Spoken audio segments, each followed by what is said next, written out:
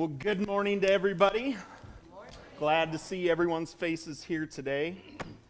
For those of you who don't know me, first of all, I want to apologize. Out of all the elders and the staff members, I'm probably the worst at Sunday morning fellowship, as I'm usually running around doing a variety of different technology tasks. My name's Josh Waters, and I'm the media director here at High Hill Christian Church, which in short means I'm in charge of every piece of technology that moves and malfunctions and short circuits on us. First service, you'll see me back behind the soundboard. In between services, running around with an iPad, which is actually our wireless soundboard. And here at second service, you'll see me popping out from the back office, which is our video production room, fixing things I forgot about. So Mark opened up with this icebreaker, and I've been working on this story this week and just propping myself everywhere, found myself working on it in every kind of setting. And one thing I realized this morning is your Bible really broken in if you don't have Chinese mustard stains and rabbit urine on the pages of it? I mean, is it really?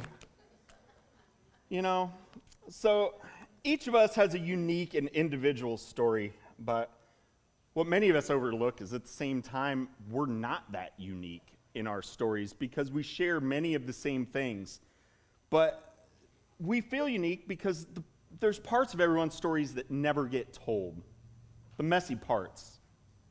We fight each day to feel relevant, and in a world that's gone to social media and broadcasting every moment of our lives, that fight to be relevant gets harder and harder. Most people never share the deep, dark secrets of their lives. One, because they fear it looking like a Jerry Springer story, but also because they don't want to be judged. They don't want to share those vulnerable parts of their lives because they know people will take advantage of those parts. People will gossip about them after they share those parts. But today, I'm going to share part of my story in hopes that someone will feel less unique, less alone, and know that when it comes to hard times in your life, you ain't special, Scooter.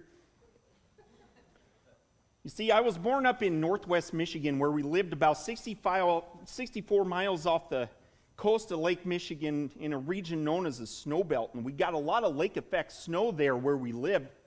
All right, I won't bore you with that accent the whole time.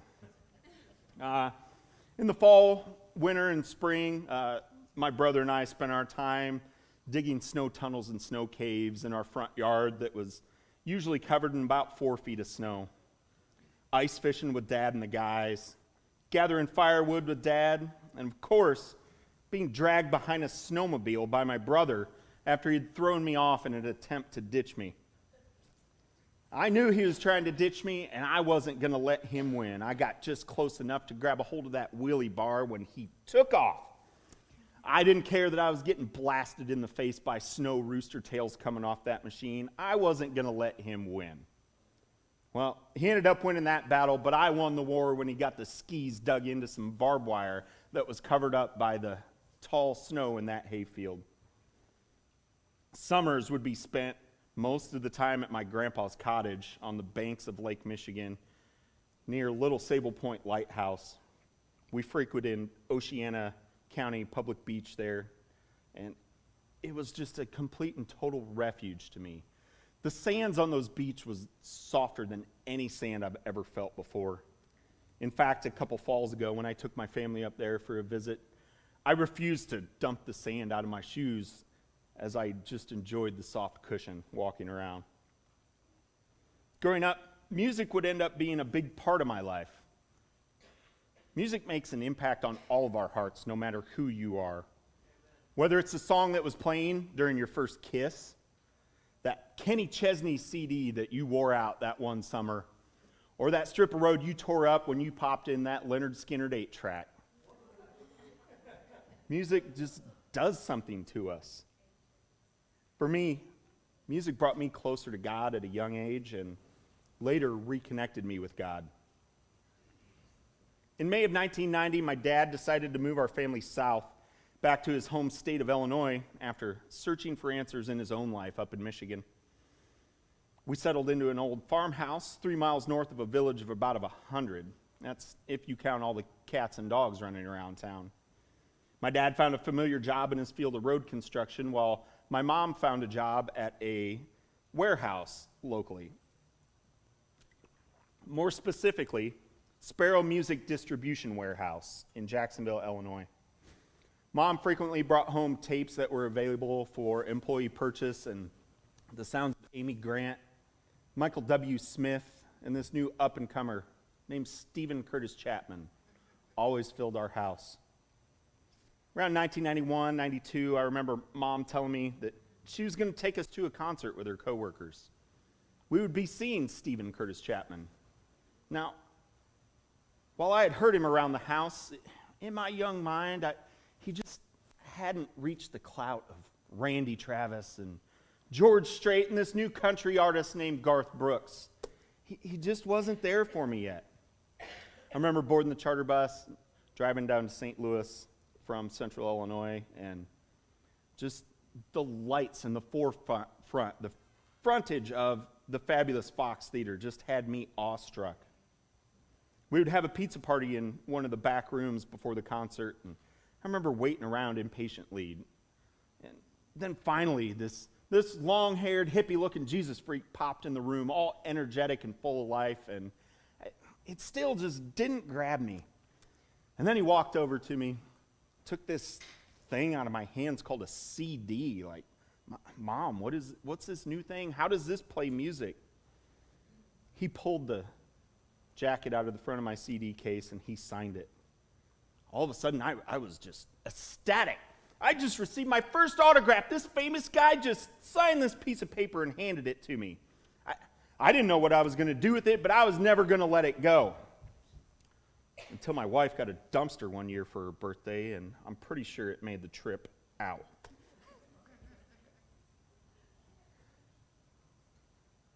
So that pizza party was a great touch, but we went into the concert, and I don't remember much of it, but that one half sentence still rings out in my heart today, just clear as day. Saddle up your horses. The opening lines of The Great Adventure rang out in the fabulous Fox Theater, and the reverb was like nothing I've ever heard before. That concert was one of the most impactful moments in my life, but I wouldn't know it for years to come. Months later, my mom would suffer a fall from a 4-story ladder in the warehouse after keeping a misstacked box from falling on a coworker below. Before my mom's body struck the concrete, she was able to grab a hold of a support on the ladder and break her fall. But the break of that fall and the jolt on her arm ended up in stretched nerves, tendons, and muscles in her arm, and would set off a 14-year-long battle with phantom pains, disabling depression, and dependence on a new miracle pain medication that we've all become familiar with, OxyContin. Now, not to bounce around in my story, but I've got to go back a little bit to let you know where my walk with God started. See, Mom would drop us off at the babysitter up in Michigan before she went to work. We kids would all walk together to school as a group while Esther stayed back behind at the house with the babies. After school, we'd all walk back, and Mom would pick us up most days, except for Wednesdays. Wednesdays was Awana night at McBain Baptist Church, and you could not catch me missing one night from there. Sunday mornings, a church van would pull up in our driveway, and me and my brother Ralphie would waddle out there, hop in the van, and go to Sunday school. Mom and Dad never went with us, but at that age, I never gave it any thought. Back in Illinois, Mom would drop us off at Scottville Christian Church on Sunday mornings, where my brother and I would attend Sunday school. And after, we would walk the half-mile down to Grandpa's house where Dad was sitting and chatting, drinking a cup of coffee. Our walk with Christ was never actively reinforced at home beyond the passive music playing. As years went by, I began to question to myself why my parents didn't go to church, and then I began to question out loud, but never really directly, which means I asked Mom and not Dad. Mom would never really tell me what happened, but would allude to Dad being scarred by the church and not getting along with church people. As for her, she would just tell us she attended a different kind of church. Today, my dad cites the religious hypocrite and "I'll never be perfect. If you're going to do something, do it all the way" kind of excuses for not attending a church. I feel my dad believes in God, but like so many others, he's been hurt by the Pharisees among us. And he allows that to be a barrier to strengthening the most important relationship that any one of us can have in our lives. As for Mom, I already went through that. You see, my mom's grandparents immigrated from Germany to Mount Pleasant, Michigan. They were Lutheran. Beer with breakfast kind of Lutheran. Every worst you can think of kind of Lutheran. Great-grandpa would take a 6-pack of Stroh's beer, unrefrigerated, out to the garden with him in the morning and drink through that whole 6-pack all day long before dinner was done. Around my 6th grade year, Mom said she had found a church she wanted to check out. So one Sunday, we made the 30-minute drive up to Jacksonville to Our Redeemer Lutheran Church. And this place was huge compared to the little bell tower white chapel that I was used to. This was such a change for us, to say the least. And I think mostly because Mom was right there beside us and actually walking with us, on Sunday at least. Our Redeemer didn't have a youth group established at the time, so we continued attending youth group at the small church near our house. Then came the night when my brother and I were told we weren't welcome in the house of God. Small town, small flock, but big egos among few shepherds. My brother, being a 14-year-old freshman, was in the high school youth group class, and they were led by one of the elders of the church. By this point, word had got around that we were going to a different church on Sundays, and this particular elder took offense to it. So much so that he took it upon himself to corner my brother one Sunday night at youth group and question him why he's going to that kind of church. A decision essentially that had been made by our mother.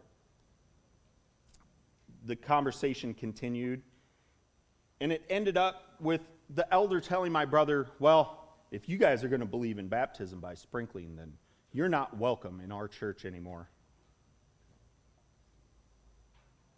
I remember going home that night, my dad getting told the story by my brother, and from my backroom bedroom, I remember overhearing the anger in his voice as he called up that elder. See, he'd never really gotten along with this particular man through high school or the years after.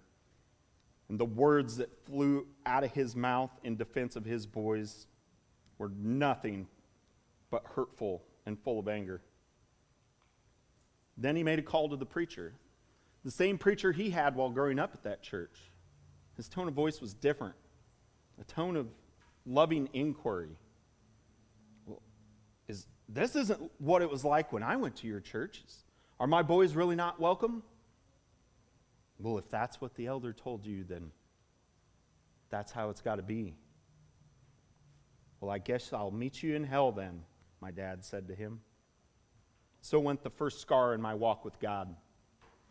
Life went on. Mom continued to take us to church every Sunday morning, and some mornings she had to drag us there against our will. But I never recall a Sunday morning where I didn't regret it. See, when we were there, we were poured into by many old sages taking us under their wings.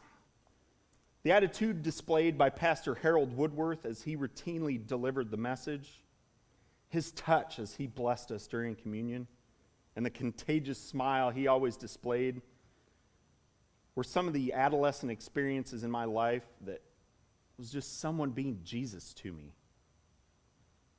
When we came of age, my brother and I attended confirmation classes. Now, in the Lutheran Church, before being confirmed, you have to be baptized into the church, most commonly as an infant.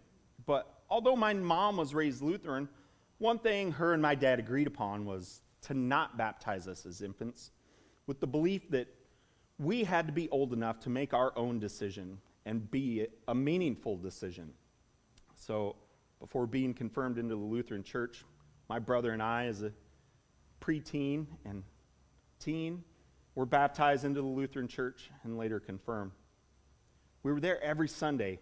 My mom was our driving force behind what we knew as Christianity. But even though we attended regular church services, we weren't raised in the church. There was no reinforcement of those beliefs and statements taught to us at home beyond the Sunday message. Knowingly living under a low parental income and not being in the position for any scholarships, I knew I had to find some kind of plan for attending college financially. So my junior year in high school, I started talking to recruiters and gathering information. And I ended up being wooed by the Illinois Army National Guard recruiter with such incentives as 100% tuition paid, GI Bill puts cash in your pocket every month, and oh, I can get you an $8,000 sign-on bonus. Those were big things for a 17-year-old. So in February of my junior year, 2001, mind you, I enlisted with the Illinois Army National Guard. That summer, August 2001, I started basic training, returned to high school. In May of 2002, graduated. October of 2002, I graduated from advanced individual training at Fort Gordon, Georgia, where I specialized in Army communications. April 21st, 2003, the day after Easter, at the age of 19, I stood on the banks of the Tigris River in the middle of Baghdad. I remember watching the shock and awe as a first grader from Desert Storm. We watched shock and awe from this war the previous month from our antiquated World War II barracks at Fort McCoy, Wisconsin. I was finally there. We'd learned that evening that our company had just become the first military police company to establish a base within the city limits. We had just made history. Our company's mission was to dismantle, rebuild, and train a new Baghdad police force. My mission? I soon found out that I would be stuck in the office, known as the Tactical Operations Center, as the night shift radio and telephone operator. I wasn't happy with my assignment. I had a chip on my shoulder. I was 19 in the prime of my life. How was I going to make my mark on the world in this war, being stuck in some office in the dark when there were curfews in place and the people of Baghdad feared us? They weren't going to break our curfews. I soon found out I was wrong. Things changed. I made my mark with my company, talking them through different battles, fixing their radios after they repeatedly broke them, diagnosing their radios over the air, knowing certain sounds, and knowing each person's individual pattern of what they like to break each week for me. I soon was known by the call sign, Excalibur Talk. I was the voice in the darkness. In February of 2004, I was able to rotate home on leave and surprise my mom for her birthday, which was probably one of the biggest highlights of the whole deployment for her. After my 2 weeks at home, I made my way back to Baghdad to join up with the rest of the company to what we thought was going to be a wrap-up to our mission and soon head home for good. Being back 2 weeks, I had one night off in the talk, and I joined up with my buddy Tucker. He said he had a surprise for me. He pulled out a bottle of Grant's whiskey and some orange Fanta in a pull-top aluminum can that he had bought at the market that day. We had a good night that night. I slipped off to bed late to reset to night shift for my next day's shift on the radio. But I was awakened at about 0400 that morning. It was the master sergeant who headed up our night shift there in the talk. So many thoughts went through my head in an instant. Why is the old man waking me up? Oh no, he must have found out about our adventures tonight. I am toast. You see, drinking, whether you were of age or not, was not allowed under General Order Number 1.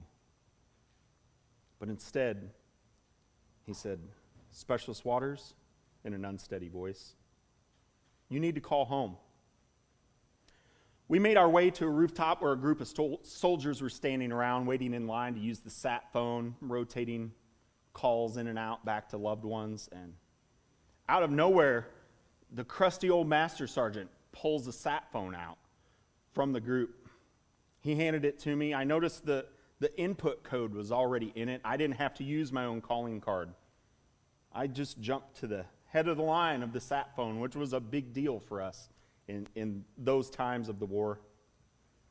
Dialed the number home, and a familiar voice answered that I wasn't expecting. It was my dad's sister. Aunt Levon, it's Josh, I said, trying to get my greeting out as we did with our sat phone calls because they were always delayed by at least 10 seconds.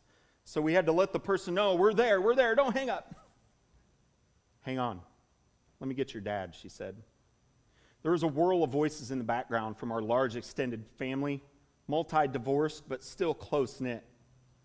That whirl went instantly silent. My dad came on the phone, and I still don't remember the words he used, but I remember the message he portrayed.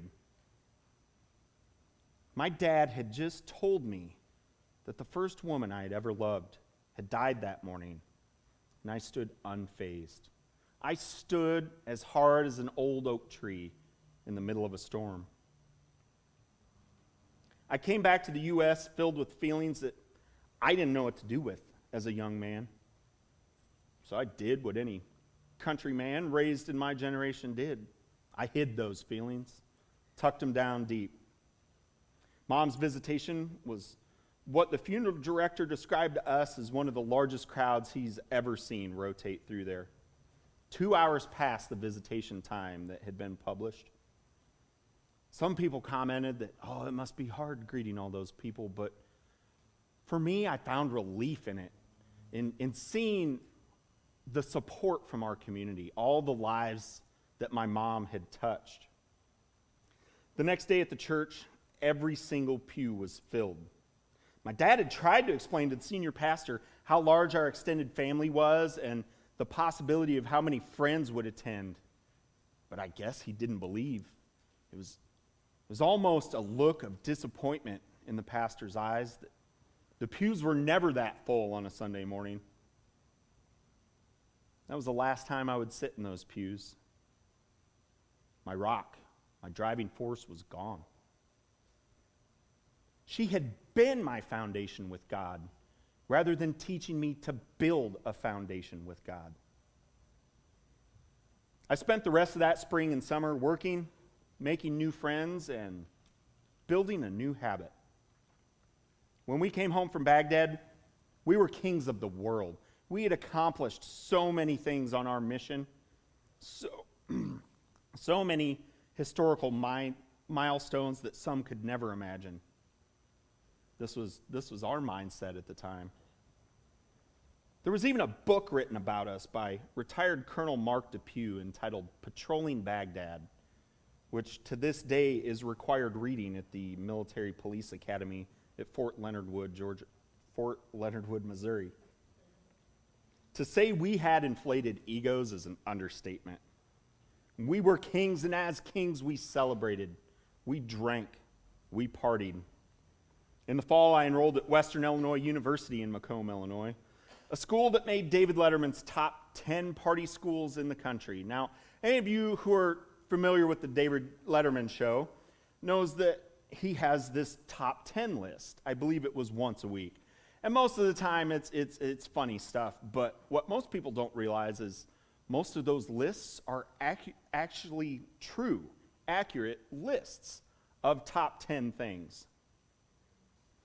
Being a 21-year-old freshman, fresh back from war, just having buried your mom, and having little guidance in the world is just a dangerous combination.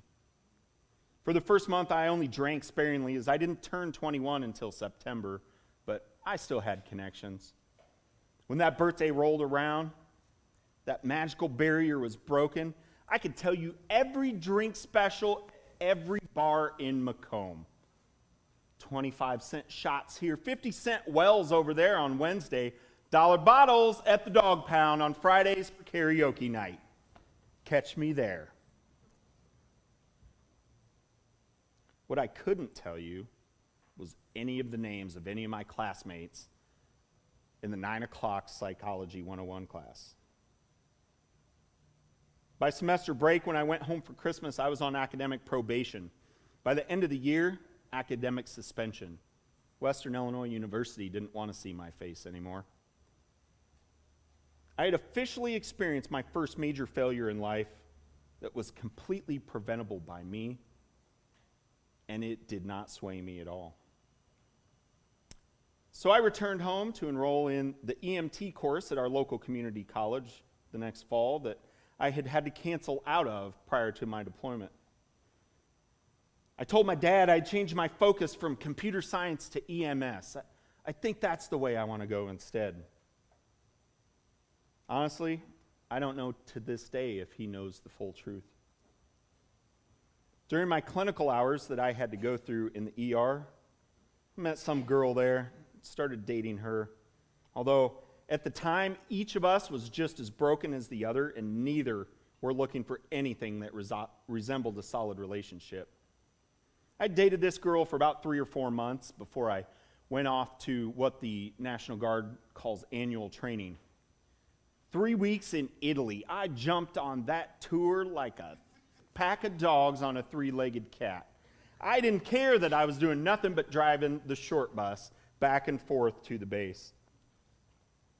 When I got back, I moved out of my dad's house and moved in with my girlfriend and her daughter. I started going to church with her there at her small town, and eventually learned that her preacher had grown up in my hometown and went to the same small church that my brother and I were told we weren't welcome at. I don't know if he knew the backstory, but I became a master mason in about 3.4 seconds and built a wall that I was not going to let be broken down. I never did feel open within that church.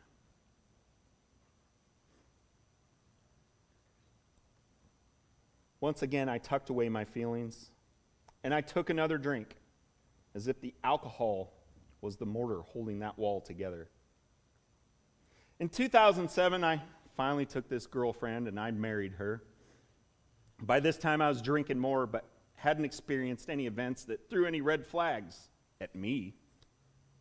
Mind you, I ignored that academic suspension from 2 years prior. The culture we lived in did nothing but fuel all my excuses. Well, when a man comes home from work, he likes to sit down and drink a beer. Al Bundy, Homer Simpson. When a man mows the lawn, he likes to drink a beer. When a man's grilling, he drinks a beer. Every beer commercial you see. When a man's tinkering around in the garage, he's drinking a beer. I was doing nothing out of the normal. At the same time, I was building my Army career and climbing the ranks. At that time, I had reached the rank of sergeant and was the communications chief for the company. We had received word that our company was slated for another deployment to Iraq in 2010. Things were winding down for the Hollywood battlefield, and it was looking as if we were going to be one of the last military police companies in the country of Iraq. We were stoked to once again reach another historical milestone. January of 2010 rolled around, and 3 months away from deployment, we got the rug pulled out from under us. We weren't going to be needed. All that train up, a year and a half of week-long missions for training, 4-day weekends, so much time away from our family in preparation to be gone from them for yet another year, and it was all jerked out from under us. But other deployments popped up, and we would piecemeal to other companies and join those deployments. There was a small group that went to Egypt to stare at the Gaza Strip all day while I joined up for 57 others on an agribusiness development team. And you're like, what? An agribusiness development team? Our mission was to go to Afghanistan and teach farmers farming techniques that were a little less antiquated, as they were still using flood irrigation and broadcast seeding. There'd be a platoon of National Guard soldiers with agricultural degrees, a platoon of security forces, and myself as the medic, as I had just recently reclassified for our 2010 deployment that had gotten canceled. We did plenty of research on our area before we left. We learned we'd be going to Kunar province and learned that it had become one of the deadliest provinces in what would be a 20-plus year war. There were many major battles that occurred there, and stories and movies that came out of it, such as American Sniper and Lone Survivor. There's even a National Geographic documentary named Restrepo, live filmed in Kunar, where the platoon's medic died on a mountainside while treating casualties. We had a year of hell in front of us. A year of telling lies to our families and omitting information to guard them from worry while we were gone.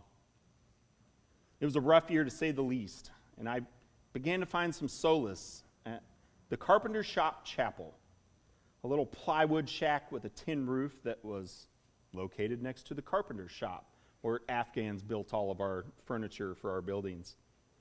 We started meeting once a week for a non-denominational service. Our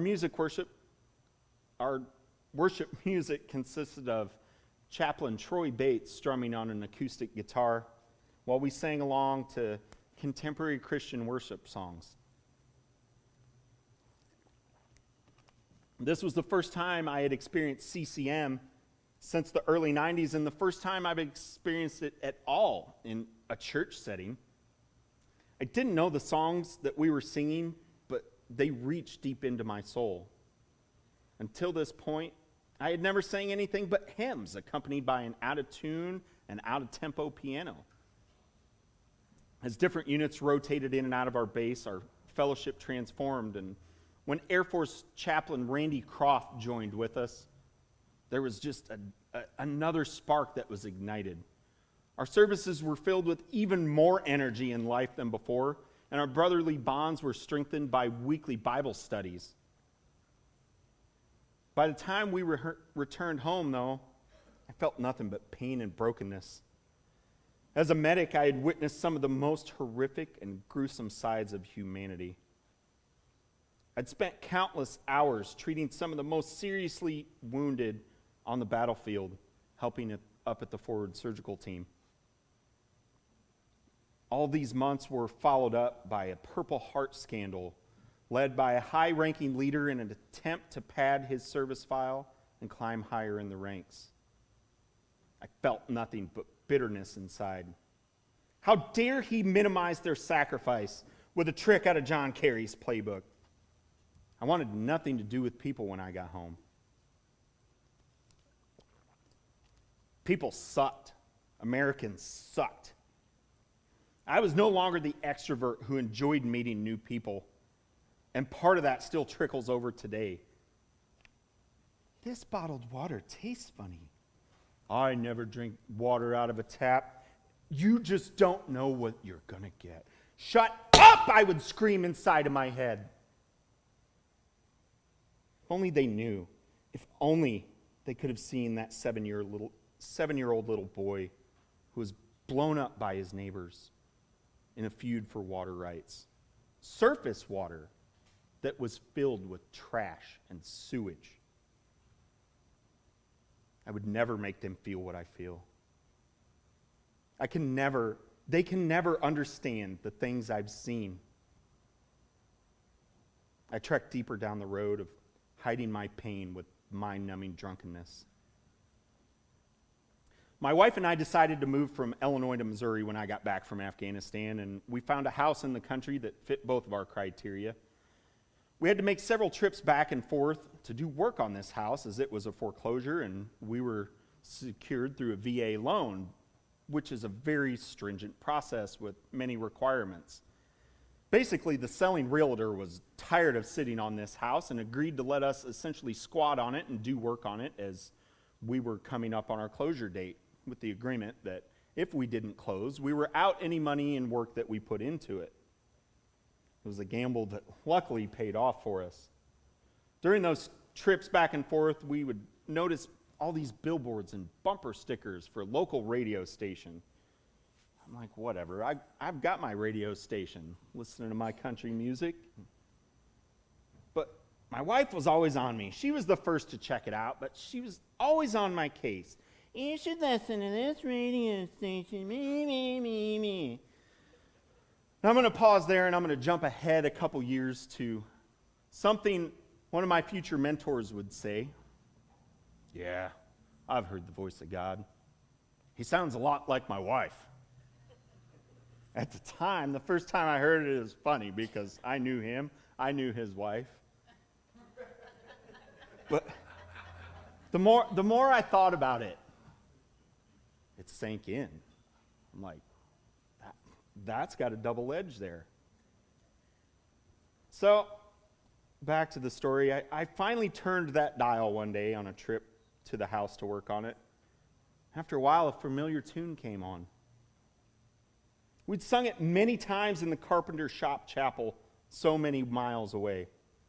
I began to sing along as I was driving down the interstate until I got to the chorus. The song was I Will Rise by Chris Tomlin that we just sang. I got maybe 3 words into the chorus before my voice cracked, my eyes filled with tears, and I was hurtling down the interstate just sobbing, trying to get through thick traffic as I felt like I was bouncing across the Blanchette Bridge, which was narrow lanes at that time. The music had grabbed a hold of me and sparked something inside. Having a connection with God rekindled in my heart and still having a hole there from the loss of my mother some many years earlier, I felt the urge to get back to my roots. So I started searching for a Lutheran church in the area that my family and I could start attending. That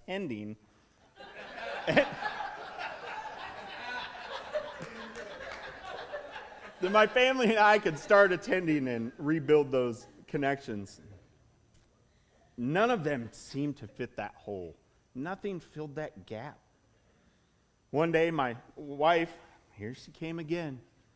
She'd found a church that she wanted to check out and attend. She'd attended a couple times without me on weekends I was working. So finally, reluctantly, I trudged in the door with her one Sunday when I was off work.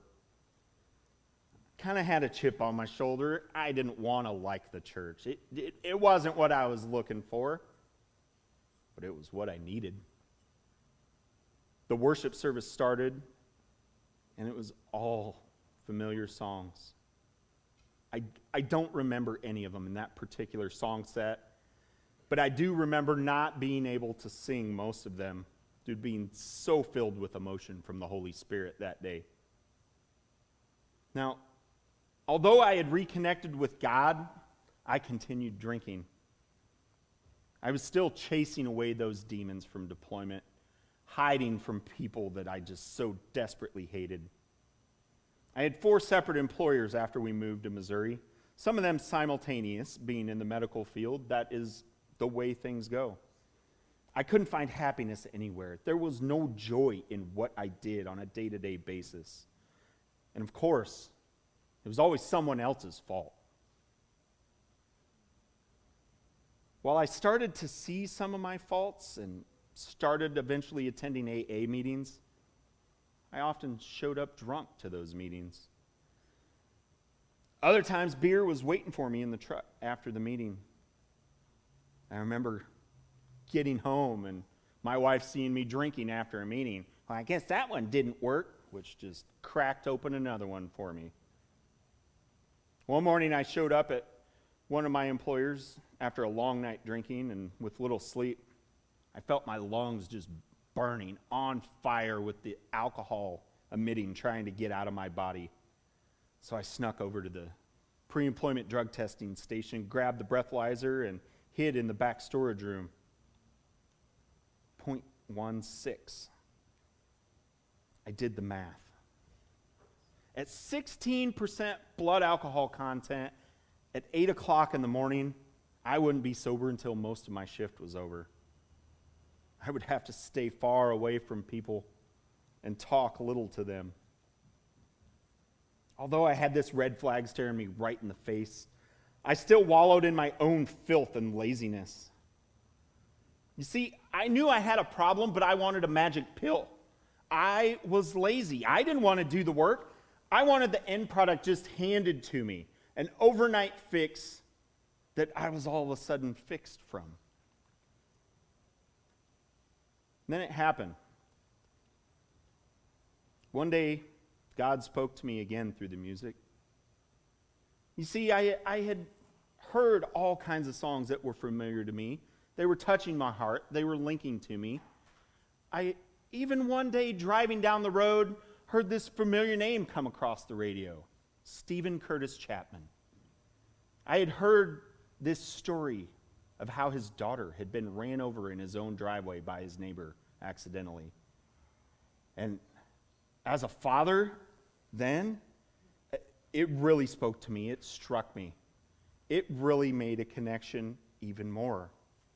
But it still hadn't pulled me back until I heard another song one day by Sanctus Real entitled Lead Me. Now I want to read to you the first verse and chorus of this song.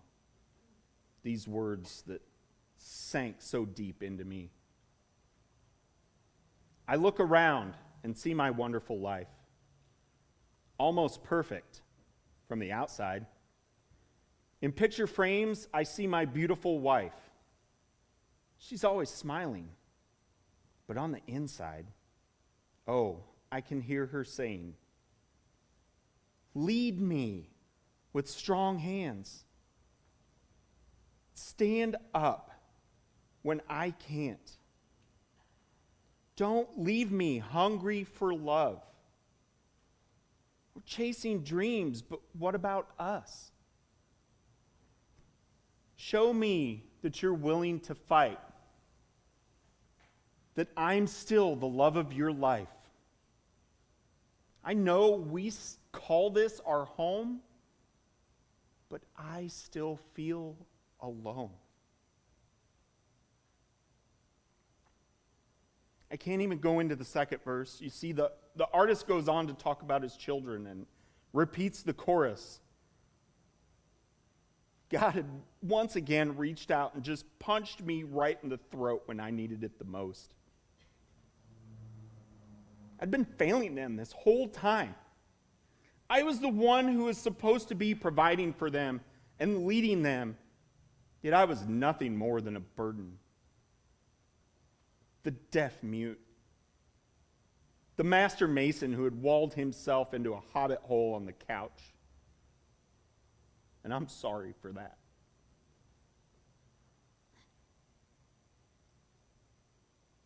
So one day, I did what any good alcoholic does.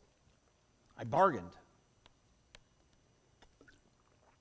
I drove down to the corner store, bought 2 tall boys, instead of my normal 8-pack of 16-ounce bottles that would disappear in one night. Folks, man falls victim to temptation only because he refuses to close the door on it. You see, when you say you want to stop doing something and you just push it a little bit away, but you don't close that door, it's staring right back at you, still tempting you. Oh, just come back for one night. You can start to be sober tomorrow. It's okay. Well, you only have 2 beers left. If you want to start sober tomorrow, you got to get rid of those. Drink those 2 beers now. You have to close that door on that temptation and weld it shut. I drove back to my garage, cracked open those 2 beers, and I started drawing on a piece of paper. I'd been researching for months, but I didn't know how this project would turn out. Didn't know if I didn't try it. After I was satisfied with my sketches, I went to bed. The next night, I returned to my garage with some boards and fired up the power tools. Followed all my sketches, and soon I had 2 assembled beehives sitting in front of me. I was ready for bed. Then I realized I had just spent my first day completely sober. February 24th, 2019. Beekeeping continues to be a sobriety project for me. My fight against idle hands filled with a can are replaced with sore fingers filled with bees. It's my calm, my solace, my escape with God. Now, that escape has become more and more recently as I struggle through other things going on in life. As we move into our time of reflection today, I would like to take a look at Matthew chapter 14, verses 22 through 33, where the story of Jesus walking on water is told. Man, what a miracle to witness a man walking on water. That's the story that most people get. It's this miracle. We should believe in Jesus because he's miraculous. I think there's other things within this story that we overlook. To give you perspective on the story here, Jesus had just finished feeding the 5,000 and told his disciples to cross over the lake while he dismissed the people. Now, I don't know if they got a late start or if this was a huge lake or what, but about 3 o'clock in the morning, the text tells us, a big storm arose out of nowhere. Now, in my childish imagination, I kind of imagine this storm as this Lieutenant Dan kind of hurricane.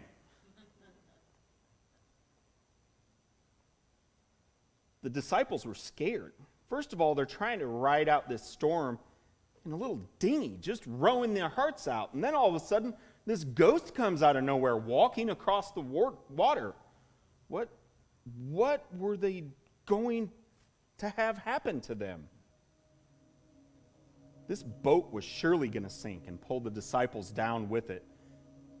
But everyone in that boat had some kind of comfort in staying in that boat, that same boat that was going to pull them to the bottom. Even after they knew it was Jesus. They didn't want to get out of that boat. Even though they had just seen him miraculously feed 5,000 people, and now they miraculously see him walking on the water. But Peter, verse 27, Jesus spoke to them. Don't be afraid. Take courage. I am here. Church, he's there for us. He's always been there for us and always will be there for us. Then Peter called out to him in verse 28, Lord, if it's really you, tell me to come to you. So Jesus calls him. Verse 39. So Peter went over the side of the boat and walked on the water towards Jesus. I was Peter. Jesus had always been there for me. But I couldn't see it. I was comfortable in that stupid little boat that was getting ready to take me down. All I had to do was reach out to Jesus. And he had me.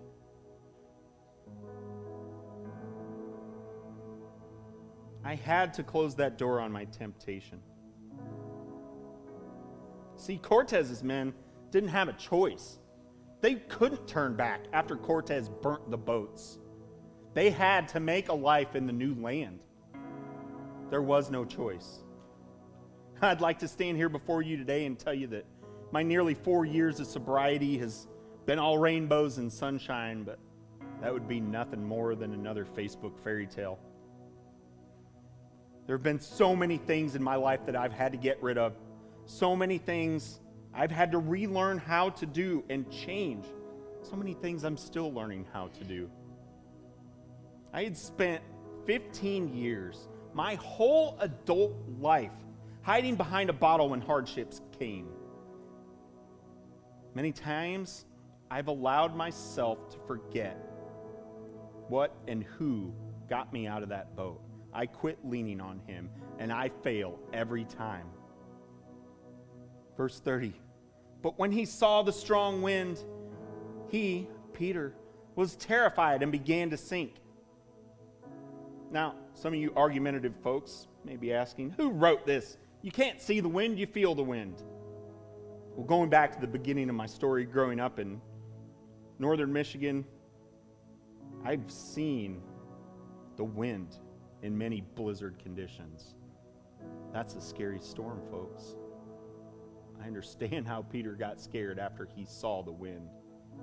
I've laid in a tent in the middle of Kuwait waiting for our ship to come into port with our equipment when a sandstorm arose. I've seen the wind. Those are scary storms. Even after Peter finds the faith to get out of the boat and walk to Jesus, he still reverts back to his fear when he sees the storm. Church, we each have a sinking boat that we need to get out of. But once we're out of that boat, we can't stop believing in what got us out of that boat. We have to remain rooted in Jesus until we reach the shores of heaven and recline with him. If you have a decision that you need to make today, or you need to talk with someone about a boat that you need to get out of, maybe you just need us to pray with you. No words necessary. We'll have people in the back of the room, up here at the sides of the room. Just come out to us. What is your boat that you need to get out of?